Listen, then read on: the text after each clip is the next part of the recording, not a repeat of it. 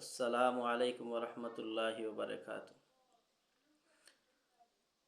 সম্মানিত ইসলাম প্রিয় মুসলিম জনতা, আশা করি আল্লাহ তাআলার অশেষ রহমতে আপনারা ভালো আছেন। আজকের আমাদের আলোচ্য বিষয় হলো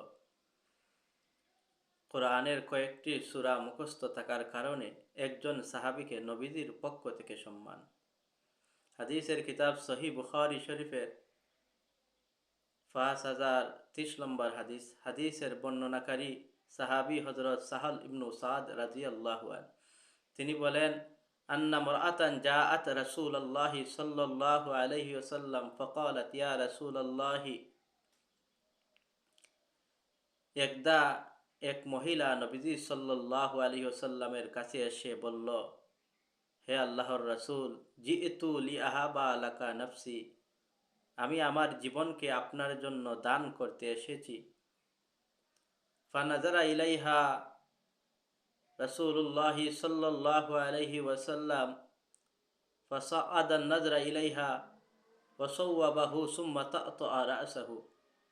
এরপর নবীজি তার দিকে তাকিয়ে তার পা থেকে মাথা পর্যন্ত লক্ষ্য করে মাথা নিচু করলেন। ফালাম্মা রাআত আল মারআতু আন্নাহু লাম ইয়াকজি ফিহা শাইআন জালাসাত। এরপর মহিলাটি দেখল যে নবীজি কোনো ফয়সালা দিচ্ছেন না, তখন সে বসে পড়ল। ফাকামা রাজুলুম মিন আসহাবিহি ফাকালা ইয়া রাসূলাল্লাহি ইল্লাম ইয়াকুন লাকা বিহা হাজাতুন ফাজাউইজনিহা।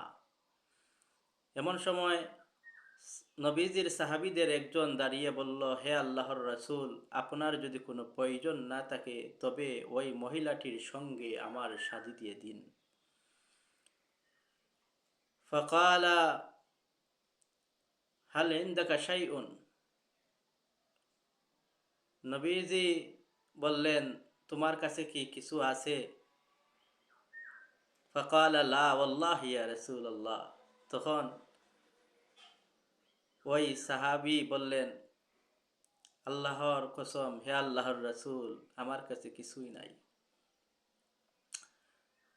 ক্বালা যাহাব ইলা আহলিকা ফানজুর হাল তাজিদু শাইআ। নবীজি বললেন, যাও তোমার পরিবারের কাছে যাও আর গিয়ে দেখো দেখো কিছু পাও কিনা। ফাযাহাবা সুম্মা রাজা ফাকালা লা ওয়াল্লাহি ইয়া রাসূলাল্লাহি মা ওয়াজাদতু শাইআন। অতঃপর সে চলে গেল এবং ফিরে এসে বলল, হে আল্লাহর রাসূল, আমি কিছুই পাইনি।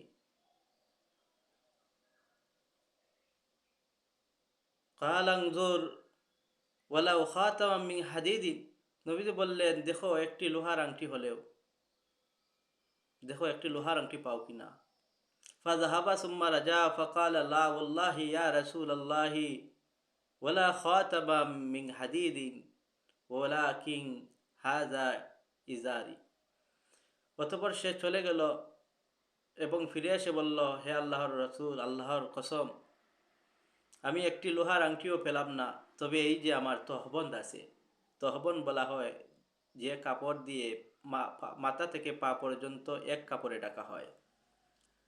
কালা সাহলুন মা লাহু রিদাউন ফালাহা নিসফুন। বর্ণনাকারী সাহাল রাদিয়াল্লাহু বলেন, ওই ব্যক্তির কোনো চাদর ছিল না, অথচ সে বলল তার তহবনের অর্ধেক দিবে।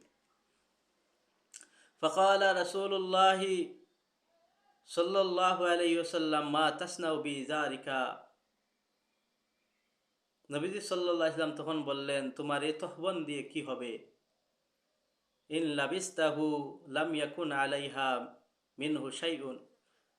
যদি তুমি তা পরিধান করো তবে মহিলাটির কোনো আবরণ থাকবে না।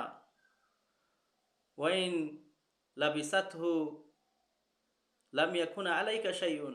আর যদি সে পরিধান করে তবে তোমার কোনো আবরণ থাকবে না। ফাজালাসার রাজুলু হাত্তা তোয়ালা মাজলিসু। অতঃপর লোকটি দীর্ঘক্ষণ বসে থাকলো। অতঃপর সে বসে পড়ল এবং দীর্ঘক্ষণ বসে থাকলো। সুম্মা কামা ফারাআউ রাসূলুল্লাহি সাল্লাল্লাহু আলাইহি ওয়াসাল্লাম মুআল্লিয়ান ফামারা বিহি ফাদুইয়া। অতঃপর সে উঠে দাঁড়ালো। নবীজি তাকে উঠে যেতে দেখে ডেকে আনলেন।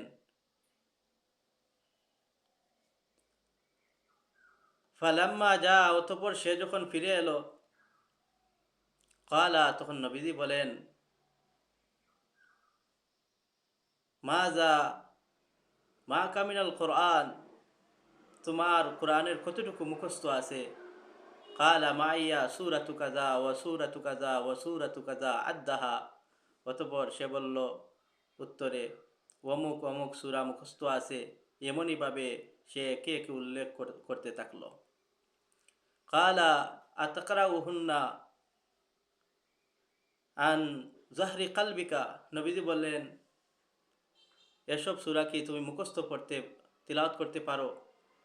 কালা নাম, সে বলল হা।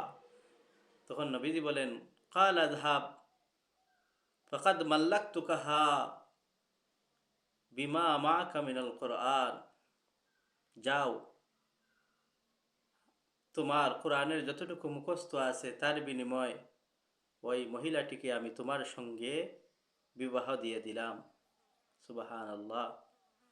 এই কোরআন এত দামি, আমরা কাছে পেয়েও এই কোরআনের মূল্য বুঝতে পারি না। আল্লাহ তাআলা এই দামি কোরআনের সাথে সম্পৃক্ত হওয়ার আমাদেরকে তৌফিক দান করেন। ওমা আলাইনা ইল্লাল বালাগ।